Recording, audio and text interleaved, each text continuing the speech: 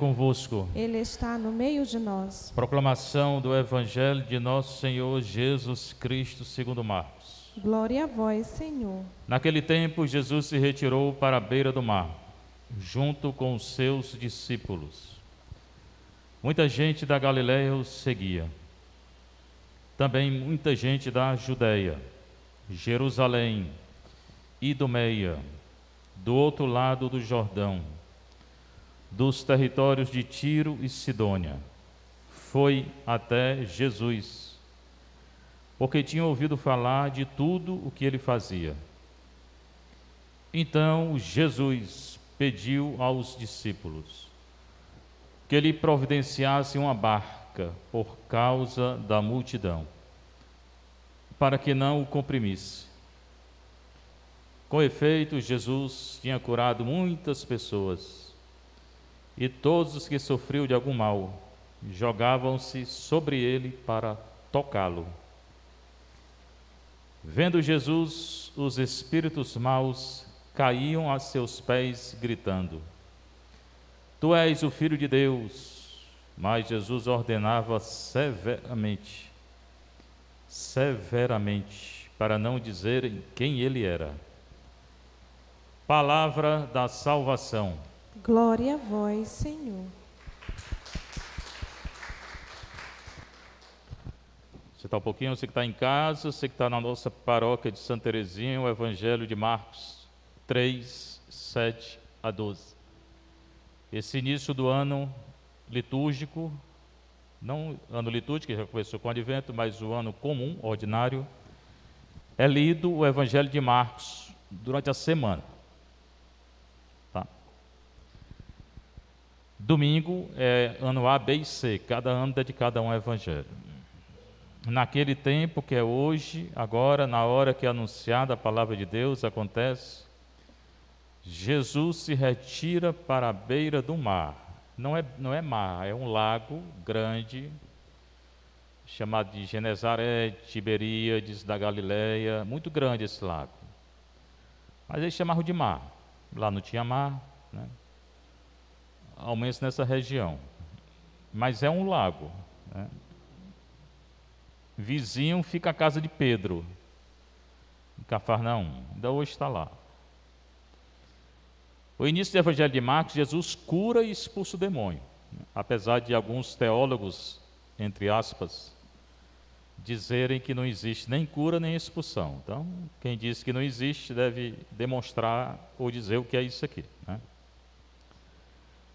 Ele se retira para a beira do mar, junto com os discípulos. Muitas vezes ele chama discípulo de apóstolo e apóstolo de discípulo. Em Lucas tem uma diferença. 12 são os apóstolos, mais de 70 os discípulos. Isso em Lucas. Muita gente da Galileia o seguia. Ele tinha morado em Nazaré. Por isso que muitos achavam que ele tinha nascido em Nazaré. Não nasceu, nasceu em Belém. Mas tinha uma confusão a respeito dele, da origem dele. Até antes dele morrer, não se sabia bem onde é que ele tinha nascido, né? Mas tinha vivido até 30 anos, 30 e poucos anos, em Nazaré. Depois saiu para pregar. Tinha muita gente da Judéia. Judéia é o sul de Israel. Jerusalém é a capital da Judéia. Nesse período aqui, o território de Israel estava dividido e os romanos estavam dominando. Aí em cada região dessa aqui, o romano colocou um rei, um reizinho, né? Na verdade não era rei, não tinha muito poder não. Herodes, por exemplo, primeiro aquele Herodes grande, de grande só tem o nome, que mandou matar as crianças, era rei. Depois os filhos dele, um deles, Herodes Antipas, que mandou matar João Batista, também era rei. Na época de Jesus, da Galileia. Foi para ele que Pilatos, que era romano, mandou Jesus. Depois que soube erradamente que ele era da Galileia. Ele não era da Galileia, ele era da Judéia, ele tinha nascido em Belém.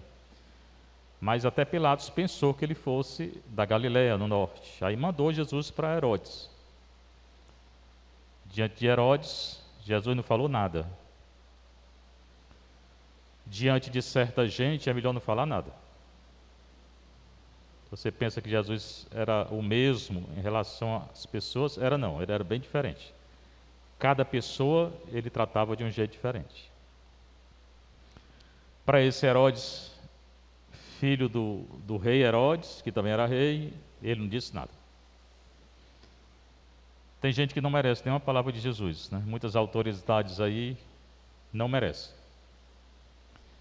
Pois bem, Idumeia era outro reino, né?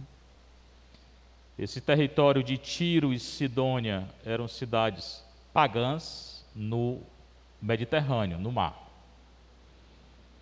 E o outro lado do Jordão, onde ficava João Batista. Então, aqui quando ele fala Jerusalém, Idumeia, outro lado de Jordão, Tiro e Sidônia, é praticamente todo o território lá de Israel, que estava dominado. E o pessoal ia até Jesus, né? E por que ia? O Marcos diz, eles tinham ouvido falar tudo que Jesus fazia. A fé entra pelo ouvido até hoje, né? Porque ninguém viu Jesus assim, né? Corpo, alma, né? Ninguém nunca viu, né? Mas a gente já acreditou pela fé, pelo ouvido, a gente escutou na catequese. Ainda hoje é assim, as crianças escutam na catequese, né? Depois tem o crisma, que às vezes o jovem nem presta muita atenção, né? Mas é muito importante ter uma experiência com o Nosso Senhor. A crisma. Então Jesus pede aos discípulos, como era muita gente, ele pediu que encontrasse uma barca lá, estava no lago, para ele subir na barca, da barca ensinar a multidão. Ele estava sendo comprimido pela multidão, né? Muita gente ali querendo tocar nele, né? E ele pediu para subir numa barca, para da barca ensinar. Esse texto aqui tem também em Lucas 5, você pode ler, embora um pouquinho diferente. Em Lucas 5, Jesus vai mandar Pedro entrar no mar, eram 2 barcas, ele também subiu na barca para ensinar lá. Os discípulos, apóstolos, tinham passado a noite, na época não tinham sido nem chamados ainda, tinham passado a noite toda pescando, não tinham pescado nada.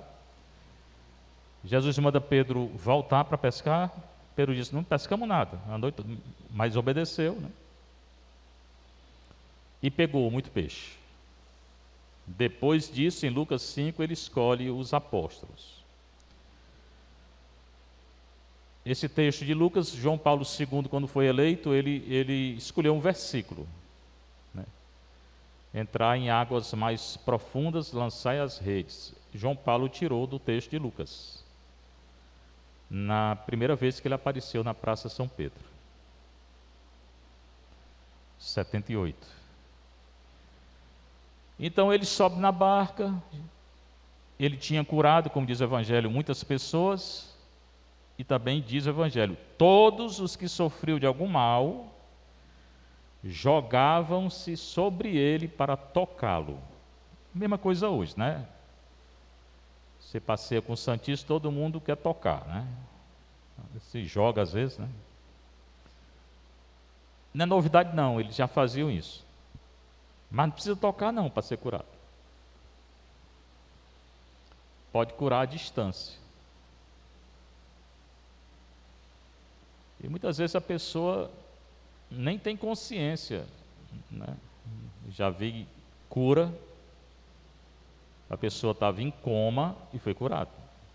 Mas depende da fé de quem reza, nesse caso. Aqui queriam tocar Jesus, tudo bem. Vendo Jesus, então, primeiro a cura, está bem claro aqui. Vendo Jesus, os espíritos maus caíam a seus pés. Então, os evangelhos falam em espírito mau, diabo, a palavra diabo é grego, diabolos, Satanás, a palavra Satanás é do grego, no hebraico é Satã. Legião, espírito impuro, espírito, tudo é o nome do Satã, do demônio. Né? Demônio, daimonium, palavra grega. Então, como tem gente ensinando que não existe, eu quero que me diga o que é isso aqui. Que o grego tem. No texto grego tem. Mas estão ensinando aí em algumas faculdades, né? Gente muito inteligente. Dia que o cão aparecer para eles, eles vão ver que existe, né? Então os espíritos maus caíam aos pés de Jesus e gritam: Tu és o Filho de Deus, né? Os espíritos maus reconhecem que Jesus é o Filho de Deus. No evangelho todinho, só quem reconhece isso é o demônio. Se você ainda não prestou atenção, pois é. E uma vez Pedro, tu és o Cristo, só uma vez, tu és o Cristo, o Filho de Deus. Jesus vai dizer que não foi ele, foi uma revelação, né? Mas os demônios toda hora dizem: Tu és o Filho de Deus. Por quê? Porque sabiam. Não tinham conhecimento total, né? Mas percebiam quem era Jesus. Nem Pilatos sabia, nem os judeus sabiam, nem os apóstolos sabiam, nem os discípulos sabiam. Ninguém sabia quem era Jesus. Os demônios sabiam. Os apóstolos só vão acreditar depois de Pentecostes, depois da morte, ressurreição, nem depois da morte, porque eles duvidaram ainda, né? Depois da ascensão, depois de Pentecostes, Atos 1:34, Atos 2, 1 a 13, aí eles vão começar a acreditar. Eles eram duros de coração. E Jesus ordenava severamente para não dizerem quem ele era. Jesus proibiu o demônio de dizer. Por quê? Porque não era a hora dele se manifestar em Israel. Não tinha chegado a hora dele, não. Essa hora ia chegar, né? E quando chegasse, ele ia morrer, né? Jesus estava no auge, morreu, né? Portanto, se acontecer isso na nossa vida, normal. Depois a leitura dos Hebreus 7, 25 a 8, 6. Essa carta não foi escrita por Paulo, mas é inspirada. Porque o vocabulário não é de Paulo, então não foi ele.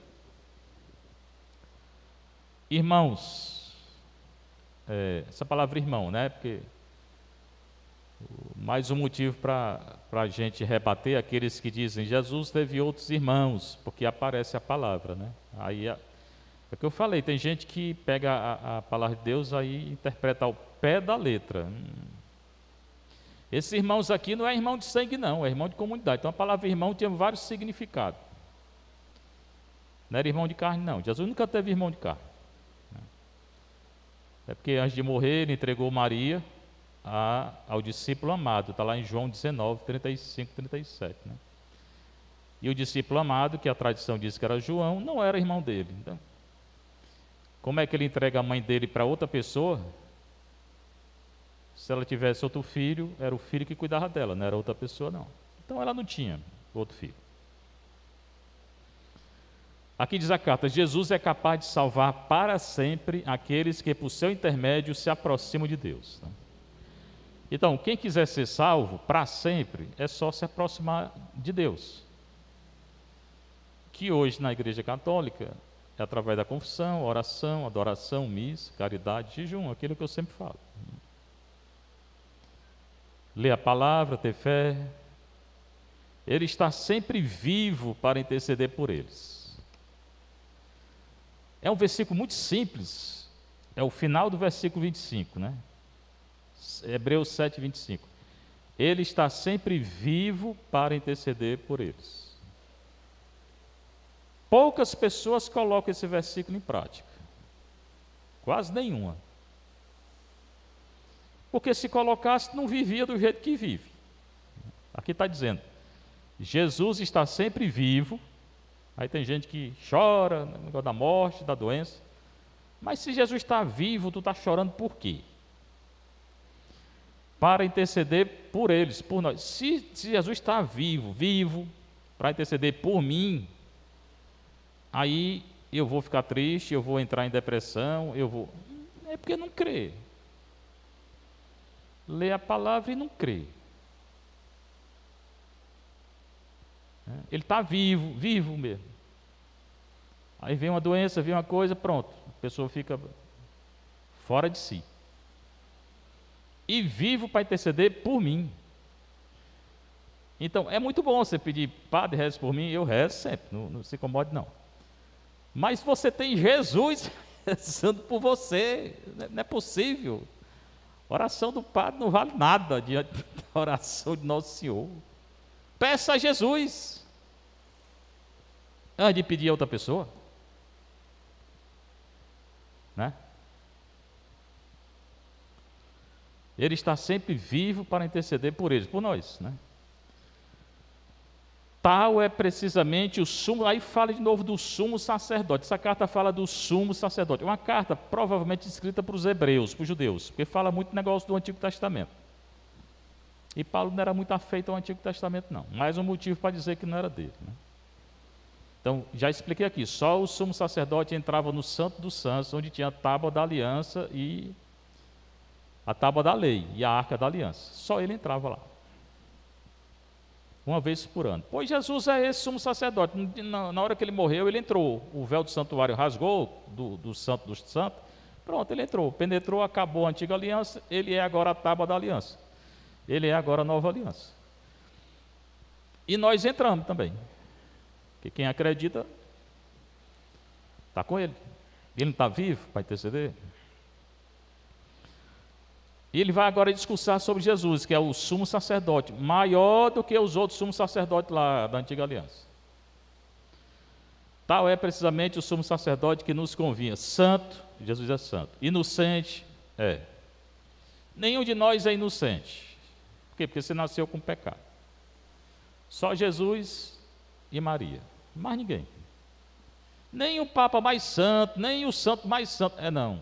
Inocente mesmo, não.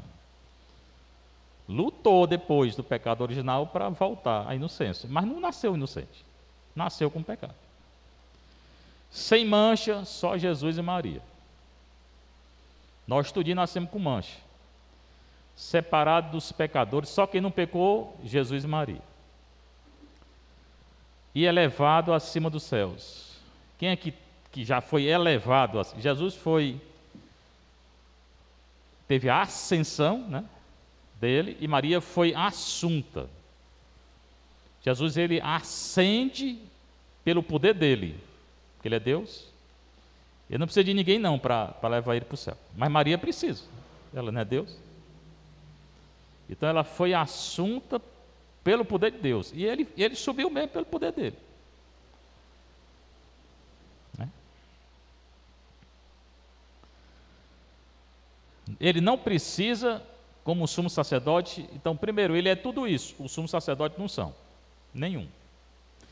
Depois, ele não precisa oferecer sacrifício cada dia. Por quê? Porque os sumos sacerdotes pecavam. Ou cada dia, mas pecavam. Jesus nunca pecou, então ele ofereceu só um sacrifício, só um. Qual foi? Da morte dele. O sumo sacerdote não, ele oferecia sacrifício pelo povo, matando os bodes, cabrito, leia Levítico, está lá, ele explica. E pelos pecados dele. Os padres também, os bispos, o papa, oferece, tem que se confessar também, né? Oferece o sacrifício pelo povo e por ele também. Jesus não precisa, ele já se ofereceu uma vez. O sumo sacerdote precisa oferecer sacrifício cada dia, está aqui.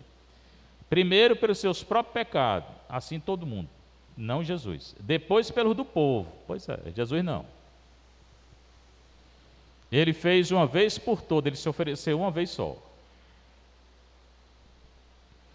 Oferecendo-se a si mesmo. O sacrifício dele é ele mesmo.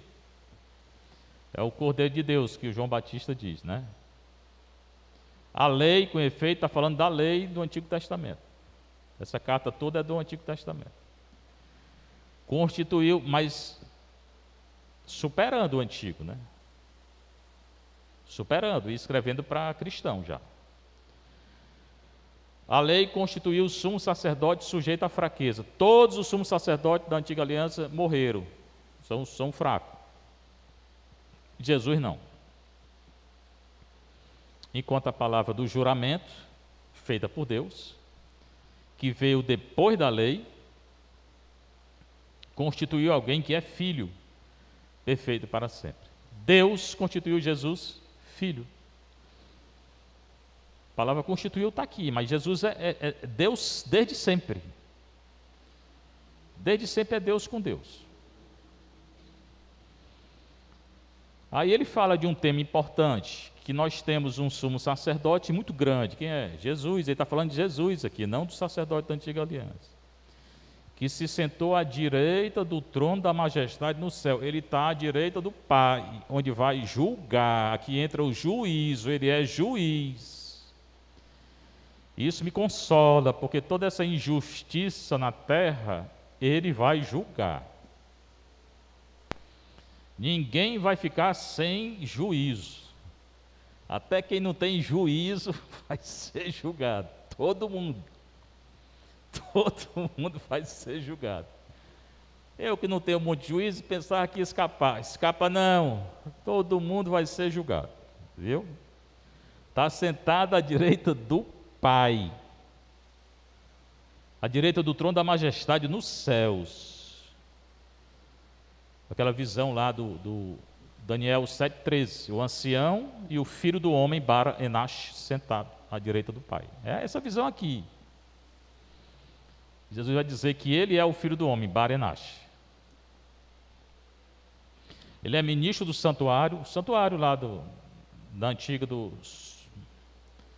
Santo dos Santos, santuário onde estava a Arca da Aliança e a Tábua da Lei. Ele é Senhor, ministro do santuário, da tenda verdadeira. Aquela tenda que está lá no Santo Santo não vale mais nada não. A tenda da reunião que Deus mandou Moisés fazer, Êxodo 32, 34, não vale mais nada não. A tenda agora é Nosso Senhor, o corpo dele, a carne dele. Armada pelo Senhor, ele é a tenda, né?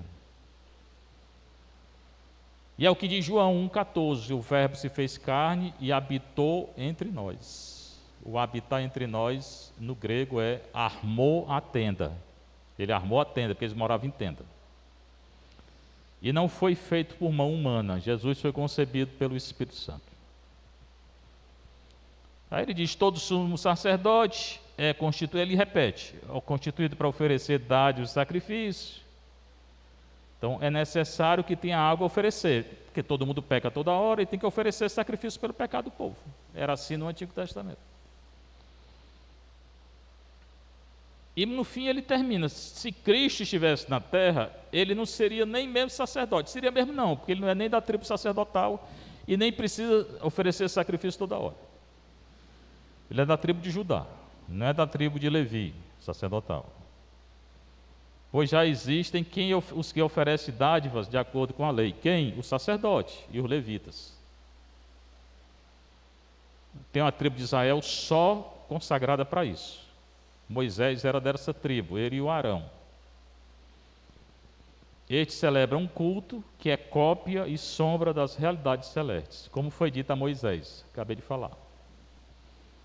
O sumo sacerdote da antiga aliança, eles celebram um culto de acordo com a antiga aliança que Deus mandou para eles. Hoje não tem mais esse culto, o culto agora é a missa, é o sacrifício de Cristo. Esse culto da antiga é cópia, é uma cópia só, é uma xerox. E sombra, só uma sombrinha das realidades celestes. Jesus que nos coloca nas realidades celestes. Quando estava para executar a construção da tenda, Deus mandou Moisés fazer uma tenda. Nessa tenda ele entrava lá para conversar com Deus. Êxodo 32, 34, né? E resolver os problemas do povo. Quando ele saía da tenda, o rosto dele brilhava. Tinha que botar um véu no rosto dele. Porque via Deus. Vê a Deus assim, ninguém vê a Deus, né? Mas ele tinha aquela experiência. Deus tinha dito para ele: vê, faze tudo segundo o modelo que te foi mostrado sobre a montanha. E Deus disse a ele: tu vai construir uma tenda assim, tu vai construir uma arca da aliança, tu vai isso, aquilo, aquilo outro. Não havia templo nessa época. O Senhor, falava com Moisés na tenda do encontro, tenda da reunião. Está no livro do Êxodo, está em Números. Você vai encontrar lá, tenda da reunião, tenda do encontro. Moisés falava com Deus e Deus falava com Moisés. Depois foi feito o templo. Davi queria construir, Deus disse: tu mesmo não, porque tu é muito pecador. Tu derramou muito sangue. É o teu filho que vai fazer. Agora, porém, Cristo possui um ministério superior. Pô, bem, ele falou tudo isso para dizer que Cristo é superior a tudo isso. Sumo sacerdote, a lei, a antiga aliança, a arca da aliança, tenda do encontro, tenda da reunião. Moisés, Cristo é muito superior a tudo. Pois ele é o mediador de uma aliança bem melhor. Toda essa história, toda essa aliança antiga, Jesus trouxe uma melhor. Não tem mais que matar touro, nem bode, nem cabrito, nem nada. Basta se confessar. Certamente se batizar, primeira comunhão, antes se confessa, depois os sacramentos da Igreja Católica. Quem já é batizado, já fez a primeira comunhão, confessar e comungar. Ele é mediador de uma aliança bem melhor. O único mediador entre Deus e nós é Cristo. Mas, como diz João Paulo II, Maria é co-mediadora porque ela deu Cristo para nós, né? Baseada em promessas melhores. Se a antiga aliança já tinha boas promessas, hoje tem promessas bem maiores e melhores.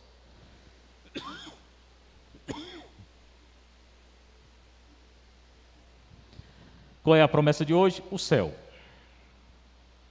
O céu, né? Por isso que a gente tem que se esforçar para entrar no céu. Não ficar com o rosto só na terra, né? Que a maioria das pessoas ficam.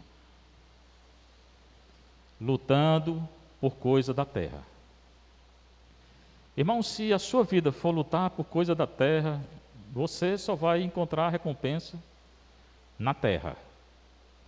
Aí se você esquecer tudo para tentar entrar no céu, aí pronto, você vai receber a recompensa. São poucos os que conseguem direto, muito poucos. A maioria vai ter que passar pelo purgatório, que já é uma graça, né? Porque chegando no purgatório vai para o céu. Direto mesmo para o céu hoje são muito poucos.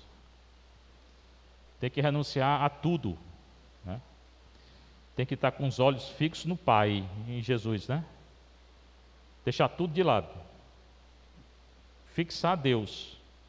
Eu quero o céu, pronto. Esse aí vai para o céu. Quem tem a plenitude da revelação para anunciar isso é a Igreja Católica. As outras igrejas têm tudo isso aqui que falou? Tem não. Nenhuma.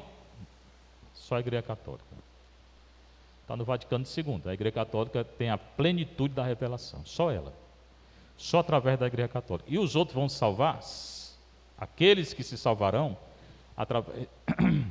através da Igreja Católica. Através da graça que vem pela Igreja Católica. Por quê? Porque a igreja é o corpo de quem? A igreja é o corpo de... A salvação vem de... Pode separar o corpo da cabeça? Então, vem da igreja também. Está entendido? Seja louvado nosso Senhor Jesus Cristo. Para sempre seja louvada a sua Mãe Maria Santíssima.